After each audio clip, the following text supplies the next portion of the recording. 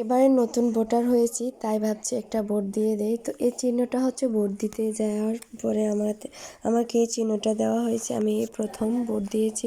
তো ভোট দিতে গিয়ে আমার জুতাটা ছিঁড়ে গেছে। তো মজার বিষয় হলো যে আমার অনুভূতিটা আলাদাই একটা কাজ করছে, যে আমি জীবনের প্রথম ভোট দিলাম আর ভোটার হলাম।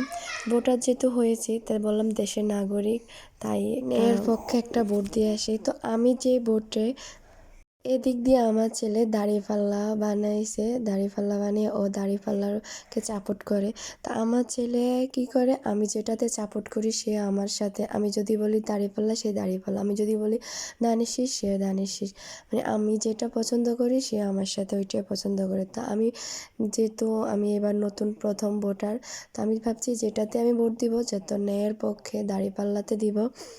তো আমার ছেলেও দাঁড়িপাল্লাতে। আমার হাজব্যান্ড হচ্ছে বিএনপি, তো উনি বলছে ধানের শীষে দেওয়ার জন্য। তো আমি বলছি যেটা দেওয়ার দিব, যা দেওয়ার দিব আমার মনে থাকবে, মনে মনে আছে, তুমি এত কথা বলো না। তো যাই হোক, তারপর উনি আর এত চাপ দেয় না। এদিক দিয়ে আমাদের বাসার সামনে দিয়ে ধানের শীষের মিছিল করতেছে, তো আমি ভিডিওটা করে রাখছি। আমার খুবই ভালো লাগে আমাদের বাসার সামনে বারান্দার দাঁড়ালে দেখা যায় এক একবার এক একটা মিছিল আসে। তো এক একবার আসে বিএনপির ধানের শীষ, আরেকবার আসে দাঁড়িপাল্লার। তো আমি মাঝে মাঝে এগুলো ভিডিও করে রাখি, আবার মাঝে মাঝে ভিডিও করি না, এমনিতে দেখি।